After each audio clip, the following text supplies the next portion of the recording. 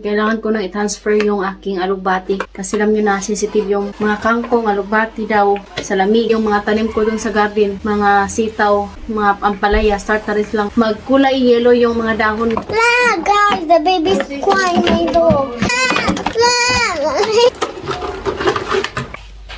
Nagluto si Biana ng maraming eggplant para sa winter.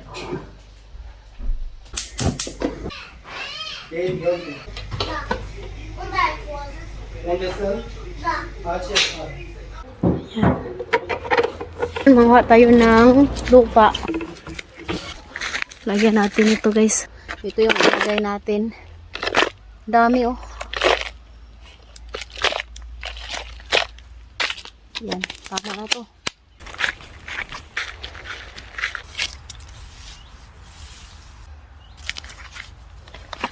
Ito yung mga damo na pinutol ni Bianan. Tapos tinapon namin dito.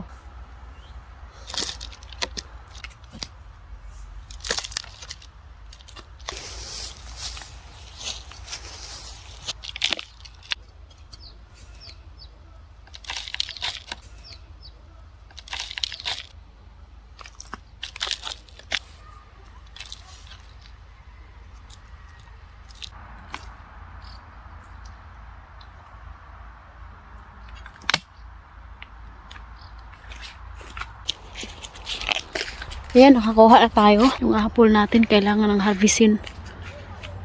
Yan guys, yung ating alugbati, kailangan natin tong isa-isahin. Lipat natin. Ayan, ito yung lupa.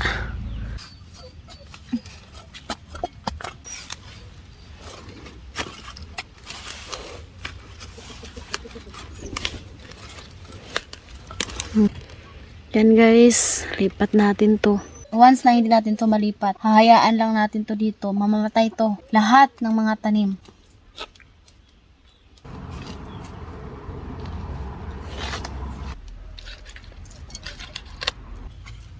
Wait lang.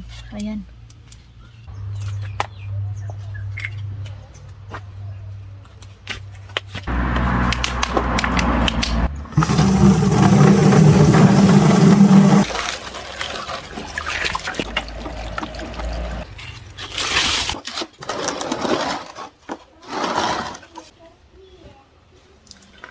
So ayan guys, update ko kayo kung mabuhay ba to sila.